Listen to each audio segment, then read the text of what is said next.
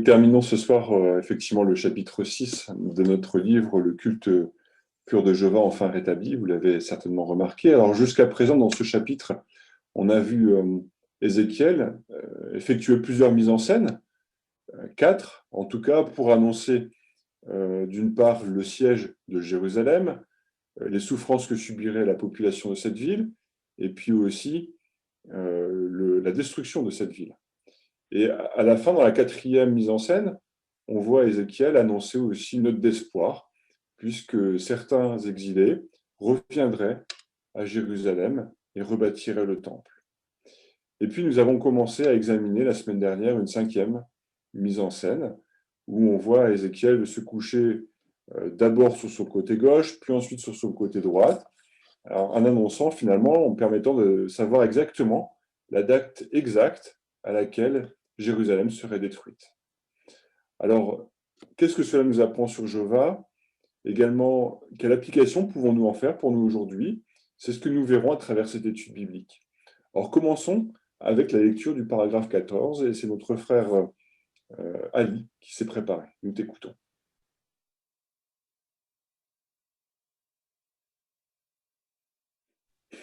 À l'époque où Ézéchiel reçoit la prophétie des 390 jours et des 40 jours, il n'a sans doute aucune idée de l'année exacte où Jérusalem va être détruite.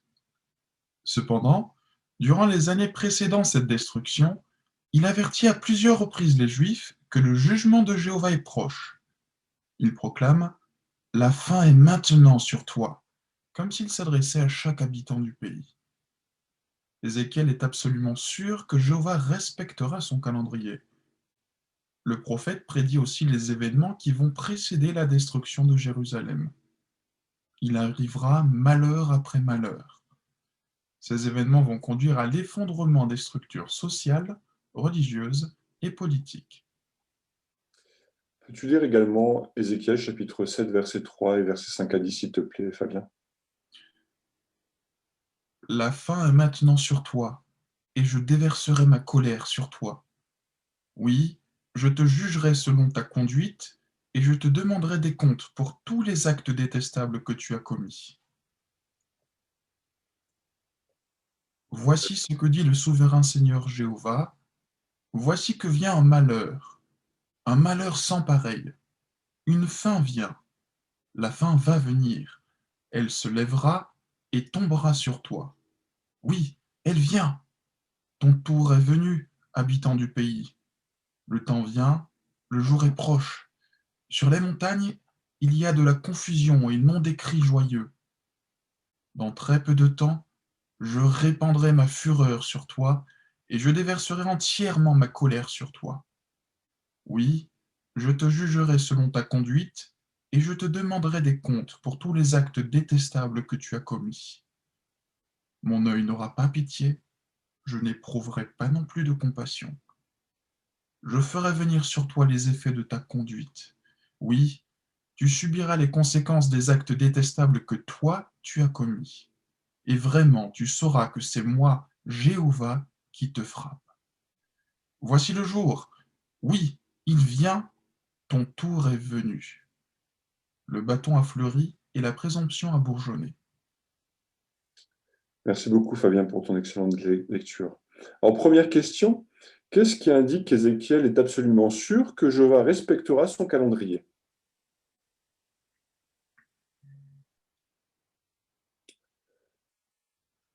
Frère Dufresne. Eh bien, lorsque Ézéchiel décrivait la vision du char de Jéhovah, on se rappelle que ces termes étaient approximatifs et flous, mais là, Ézéchiel ne laisse pas de place au doute dans ses propos. Il parle à chaque habitant avec assurance et force que le malheur va arriver, c'est une chose certaine et sûre, et il le décrit comme s'il le voyait sous ses yeux. Très bien. Effectivement, la façon dont il s'adresse au peuple est frappante. Famille Véron. Oui, Ézéchiel aussi a dû méditer sur les paroles qu'Isaïe avait écrites des dizaines d'années avant, où Jéhovah dit hein, « Ce que j'ai décidé s'accomplira, et tout ce qui me plaît, je le ferai. » Il savait que voilà, quand Jéhovah parle, ça s'accomplit. Donc il n'avait aucun doute, et on peut être sûr que voilà, ça lui a donné le courage de continuer de proclamer son message. Tout à fait. Hein. Très bien. Frère Giraud? Toujours dans ce texte, il dit dès le commencement, je prédis la conclusion. En fait, Jéhovah connaît déjà la conclusion des choses. Donc le prophète avait été témoin, il connaissait l'histoire du peuple d'Israël, donc il savait très bien comment les choses allaient tourner et cela lui donnait confiance aussi dans le témoignage qu'il donnait. Excellent rappel. Très bien. Passons à la deuxième question. Quels événements précéderont la destruction de Jérusalem? Famille Saint-Aignan.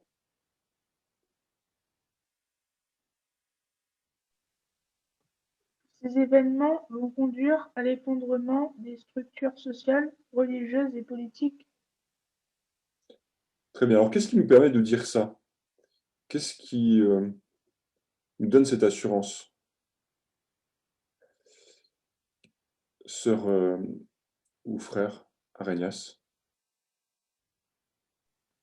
Oui, le passage d'Ézéchiel, chapitre 7, aussi bien au verset 11 à 13, où il est question des problèmes dans le domaine économique, puisque il y aurait effectivement, que ce soit les acheteurs, les vendeurs, auraient des problèmes. Bon, mais au 25 et 27, il dit qu'il y aurait malheur après malheur, et notamment il y aurait un problème, de problèmes multiples au niveau de l'exécutif, enfin du roi, au niveau des prêtres, au niveau de toute la structure sociale, politique. Eh bien, tout cela, on connaîtrait bien des tourments. Très bien. Bonne analyse. Alors voilà.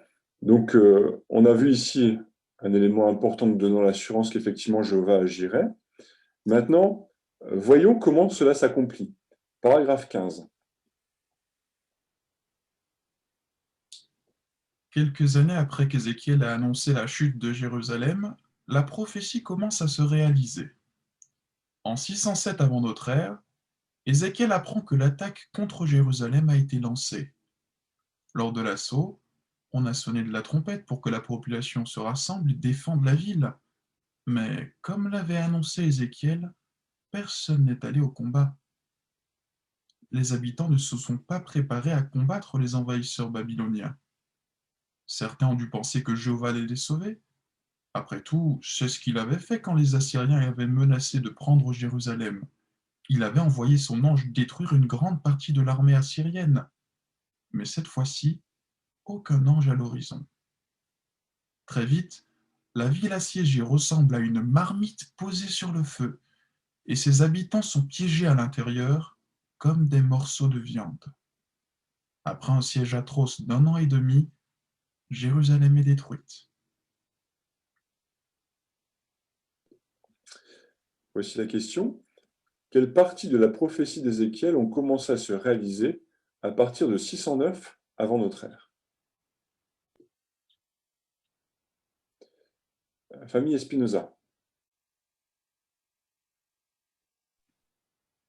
Premièrement, en 609, Ézéchiel apprend qu'on a déclaré la guerre à Jérusalem.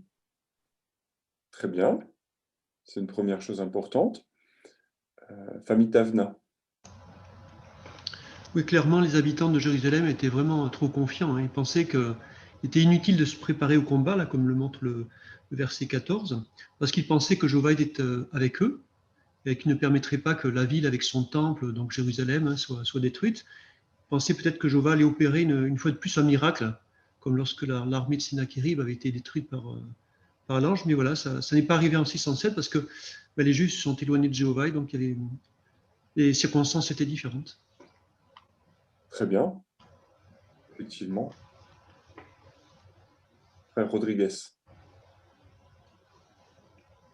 Évidemment, ils s'attendaient tout naturellement à ce que Jéhovah protège la ville. Donc, étant dans la ville, pour eux, c'était la protection. C'est la ville que Jéhovah pensait, que le peuple pensait que Jéhovah allait défendre. Mais Jéhovah n'était pas plus attaché à la ville qu'à ses habitants, bien au contraire, ses habitants, il voulait les vomisser de sa bouche, de par leur attitude. Très bien. D'ailleurs, Ézéchiel donne une illustration assez saisissante aussi de la ville telle qu'elle serait à ce moment-là. Famille Richardson.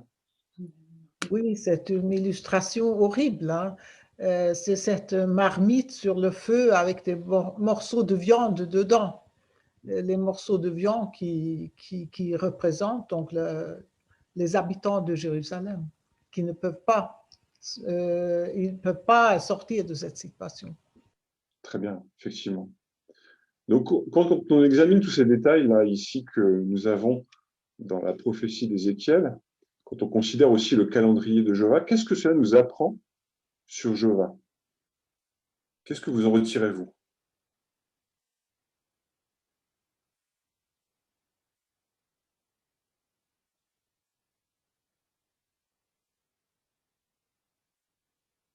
Famille Serre. Même s'il s'agit d'événements qui peuvent être très différents d'une réalité habituelle, quelles que soient les promesses, les prophéties, elles se réaliseront d'une façon complète. La vraie question, c'est de se demander, est-ce que j'en tiens compte? Très bien, effectivement. Et quand on s'intéresse vraiment aux détails, pas un détail n'a manqué, quoi. Tous les détails que Jéhovah avait révélés au prophète Ézéchiel se sont réalisés. Et ça nous explique effectivement que tous les détails que Jéhovah nous donne aussi concernant les prophéties qui sont encore à se réaliser, effectivement, se réaliseront bel et bien sous nos yeux. Donc, soyons encore plus attentifs, ça nous donne encore davantage l'envie d'examiner les paroles prophétiques. Passons maintenant à des applications encore plus précises concernant ces événements, avec l'intertitre « Accumuler des trésors dans le ciel », paragraphe 16. Qu'apprenons-nous de cette partie de la prophétie d'Ézéchiel? Y a-t-il des points communs avec le message que nous prêchons et avec les réactions de nos interlocuteurs? Jéhovah a fixé le moment où la fausse religion sera détruite. Et là encore, il respectera son calendrier. Nous ne connaissons pas précisément la date de cette destruction, mais à l'exemple d'Ézéchiel, nous continuons à avertir encore et encore les gens comme Jéhovah nous l'a demandé. Nous leur disons, une fin vient, la fin va venir. Pourquoi nous faut-il répéter ce message? Pour la même raison qu'Ézéchiel a dû le faire. La plupart des gens à qui il a transmis la prophétie de Dieu concernant la chute de Jérusalem ne l'ont pas cru. Mais plus tard, certains Juifs exilés à Babylone ont montré qu'ils voulaient sincèrement plaire à Dieu et ils sont retournés dans leur pays. Aujourd'hui non plus, beaucoup de gens ne veulent pas croire que le monde actuel arrive à sa fin. Mais les gens sincères peuvent encore s'engager sur le chemin qui mène à la vie. Tant que durera cette époque favorable, nous voulons être là pour les guider. Alors, comment pouvons-nous montrer que nous sommes convaincus que Jéhovah respectera son calendrier?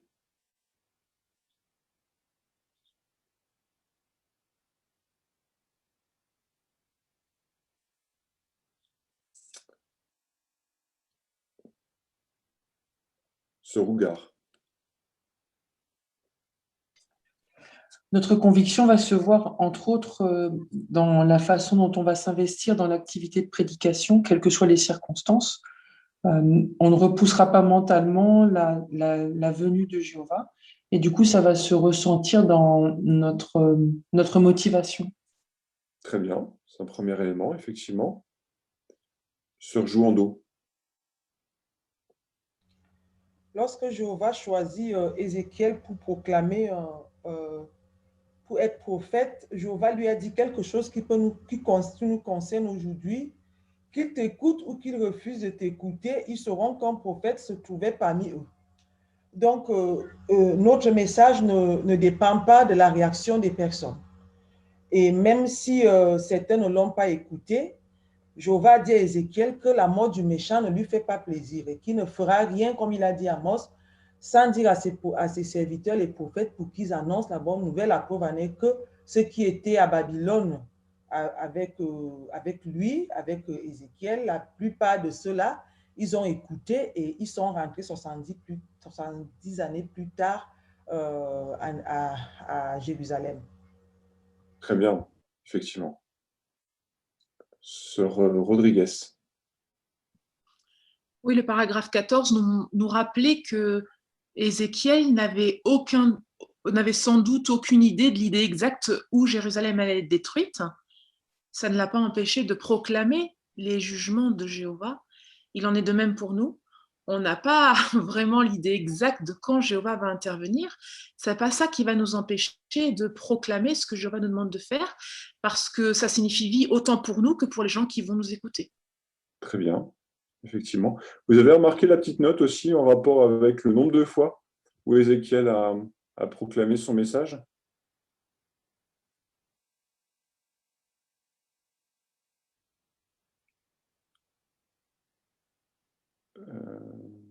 Famille Arénias? Oui, il l'a proclamé plusieurs fois. À chaque fois, il y a des expressions. Jéhovah vient, il va venir, il est venu. 6 fois, il le dit. Donc, il a insisté. Hein. Et personne n'aurait dû l'écouter, évidemment. Très bien. Et qu'est-ce que ça induit pour nous, notre message? Sœur Guérin?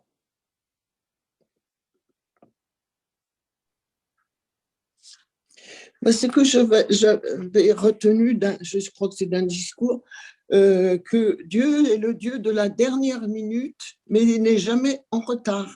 C'est-à-dire que quand on voit ce que faisaient les Israélites, par exemple, avec les femmes qui adoraient Tammuz et les hommes qui se prosternaient vers le soleil, il attendait vraiment la dernière minute. Il espère jusqu'à la dernière minute qu'il y aura un changement. Quand il n'y en a pas, là, il intervient. Et à notre époque, c'est pareil. On trouve, nous, le temps est long, mais il a son calendrier.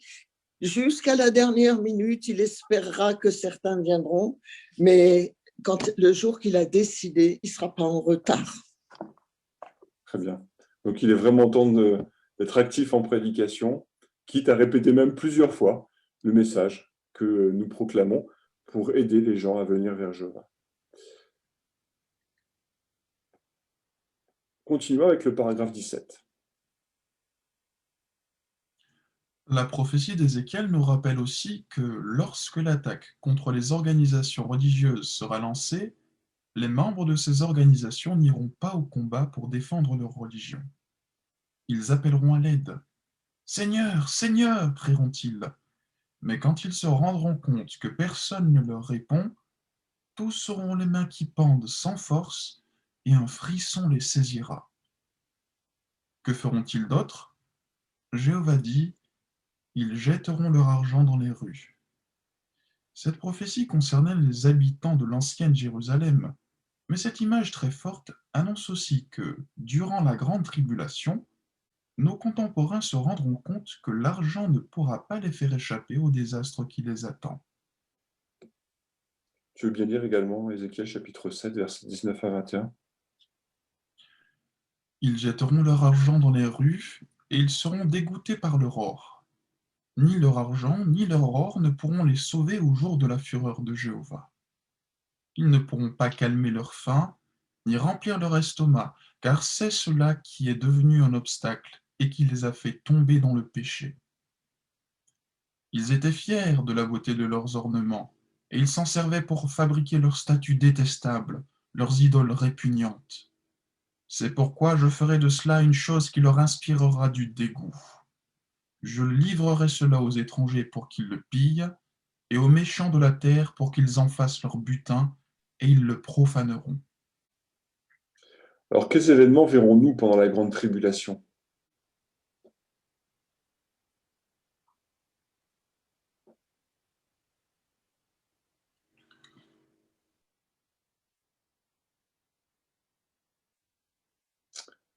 Sœur Joando. Ah oui, comme au temps d'Ézéchiel, les gens ont mis leur confiance dans l'argent et dans ce qui produit l'argent, mais il est dit ici que ils vont appeler Jéhovah, ils vont appeler Seigneur, mais Jéhovah ne les écoutera pas. Et du coup, comme ils ont mis leur confiance dans l'argent et l'argent ne servira pas parce que personne ne peut corrompre Jéhovah, le texte d'Ézéchiel dit qu'ils vont jeter leur argent dans les rues. Et c'est ce qui va se passer aussi à notre époque. Très bien, effectivement. Famille Rocheteau? Il est même rappelé en Ézéchiel qu'ils auront tous les mains qui perdent sans force, ils auront même le frisson, donc ils n'auront même plus confiance en eux-mêmes, ils n'auraient vraiment plus à rien faire. Ils se retrouveront figés. Très bien. Alors, allons un peu plus loin et faisons des applications avec le paragraphe 18 pour nous. Vois-tu une leçon pour nous dans cette partie de la prophétie d'Ézéchiel? Il nous faut définir ce qui est le plus important dans notre vie. Réfléchis à ceci. Quand les habitants de Jérusalem ont-ils enfin redéfini leurs priorités? Ce n'est qu'après avoir compris que leur ville allait être détruite, que leurs biens matériels ne pouvaient pas les sauver et qu'ils allaient mourir. Ils se sont alors débarrassés de leurs biens et ont commencé à chercher une vision auprès du prophète, mais c'était trop tard. Nous, par contre, nous sommes parfaitement conscients que la fin de ce monde méchant vient. Notre foi dans les promesses de Dieu nous a donc poussés à définir ce qui compte le plus dans notre vie. Par conséquent, nous sommes bien occupés à acquérir des richesses spirituelles qui ont une valeur durable et qui ne seront jamais jetées dans les rues. Tu veux également lire Matthieu chapitre 6, versets 19 à 21, verset 24, s'il te plaît. Arrêtez d'accumuler des trésors sur la terre, où les mythes et la rouille détruisent tout, et où les voleurs entrent par effraction pour voler. Accumulez plutôt des trésors dans le ciel. Là, il n'y a pas de mythes ni de rouille qui détruisent tout, et il n'y a pas de voleurs. Car là où est ton trésor, c'est là aussi que sera ton cœur. Personne ne peut travailler comme esclave pour 2 maîtres. Soit il haïra l'un et aimera l'autre, soit il s'attachera à l'un et méprisera l'autre. Vous ne pouvez pas travailler comme esclave pour Dieu et pour l'argent. Alors, que nous apprend la prophétie d'Ézéchiel sur les priorités que nous devrions nous fixer? Famille Saint-Aignan.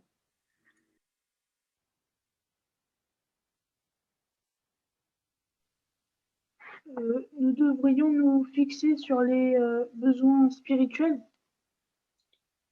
Effectivement, c'est une leçon importante. Famille Serre. Les peuples de la terre vont jeter leur or, mais trop tard. À la fin, comprenant que tout est perdu. Cette compréhension relative des malheurs matériels, c'est aujourd'hui qu'il faut la saisir vraiment. Et c'est ce que nous souhaitons faire en privilégiant des valeurs spirituelles, en faisant en sorte de réussir notre vie du point de vue de Jéhovah et non pas du point de vue du monde. Très bien, très bonne application. Famille Pifto. Alors aujourd'hui, on en entend des personnes, il y a beaucoup de livres pour parler de redéfinir ses priorités, simplifier sa vie. Mais en fait, les gens se focalisent sur eux-mêmes. C'est beaucoup d'hédonisme, d'égocentrisme, et c'est pas focalisé sur Jéhovah. Donc tout est corrompu, tout est pourri, même la façon de voir, la façon de simplifier sa vie, c'est pas par rapport à Jéhovah aujourd'hui, c'est par rapport à soi-même. Donc même ces gens-là vont tomber de très haut. Très bien, effectivement. Alors, est-ce uniquement en termes pécuniaires, ici, où on nous fait réfléchir?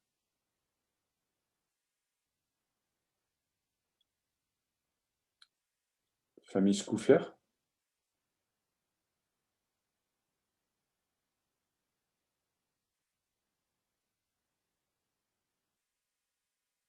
Votre micro, s'il te plaît. Ton micro, s'il te plaît. Oui, ça y est. Oui, effectivement, Ézéchiel au chapitre 7, verset 26 nous fait un petit peu réfléchir, hein. Et il arrivera pareil à notre époque, comme du temps d'Ézéchiel. Il est dit, il arrivera malheur après malheur, et on entendra nouvelle après nouvelle, qui fait qu'il y est bien de pas trop s'inquiéter du lendemain, même s'il faut être prudent, Mais effectivement, il y aura certainement de mauvaises nouvelles après de mauvaises nouvelles. Et il ne faut pas s'en inquiéter, il faut mettre notre confiance en Jéhovah, faire ce que l'on peut, et Jéhovah nous rétribuera effectivement en fonction des efforts et de la constance que l'on a à le servir. Très bien. Frère Ali? Et notre priorité se voit également dans le temps que nous accordons finalement à notre activité. Donc, définir ce qu'il y a de plus important dans notre vie, les activités spirituelles, ça va aussi se montrer, ça va aussi se voir dans le temps que nous y passons. Très bien, excellent. Application générale, passons à cela avec le paragraphe 19.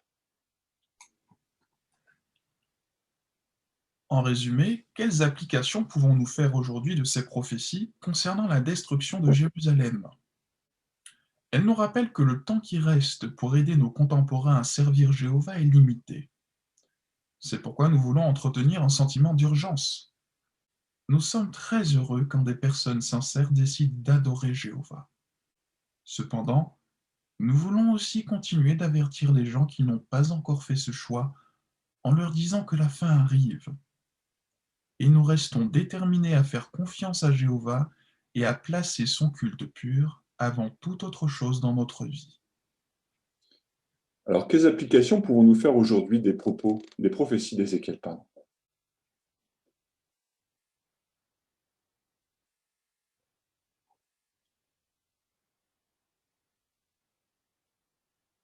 Sœur Balza.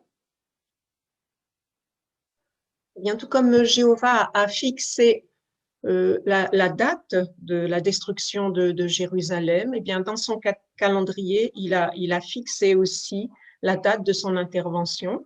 Et voilà pourquoi ça nous donne toujours ce sentiment d'urgence, puisque nous rapprochons de cette date. Voilà pourquoi nous gardons les bonnes priorités et voulons vraiment accorder une grande importance à la prédication.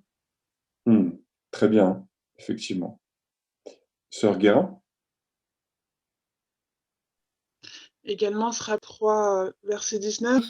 Et bien que si tu avertis le méchant et qu'il ne renonce pas à sa méchanceté, nous serons sauvés par rapport à notre travail. Donc, on a un rôle à jouer. Il ne faut pas l'oublier, on a une responsabilité. Donc, on doit vraiment prévenir le maximum de personnes. Et après, ils se positionneront par rapport au message de Jéhovah. Voilà, très bien. De bonnes leçons que nous devons effectivement garder à l'esprit au vu des prophéties de ce livre d'Ézéchiel. Le culte pur et toi encadré, très rapidement. Les événements qu'Ézéchiel a mis en scène nous rappellent d'autres événements décisifs que la parole de Dieu a annoncés pour notre avenir. Lesquels? Sœur Janvion. Oui, tout comme la destruction de Jérusalem est un malheur sans précédent, mais la grande tribulation qui s'achèvera avec la guerre d'Armageddon sera un événement comme il n'y en a jamais eu auparavant. Très bien. Ézéchiel a fidèlement transmis les avertissements de Jéhovah. Comment aimerais-tu l'imiter? Sœur Rodriguez.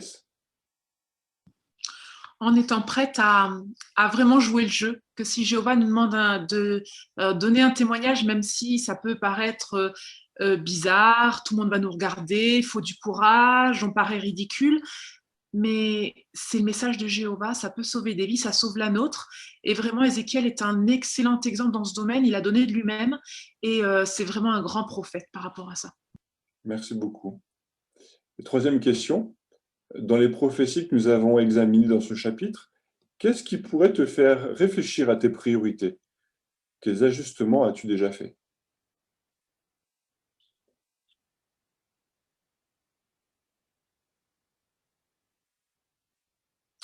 Sœur Jouando? Ne pas chercher, ce n'est pas le moment de chercher pour nous des grandes choses. Comme Jéhovah l'avait dit à Baruch, ce n'est pas le moment. Ce n'est pas le moment d'accumuler de l'argent.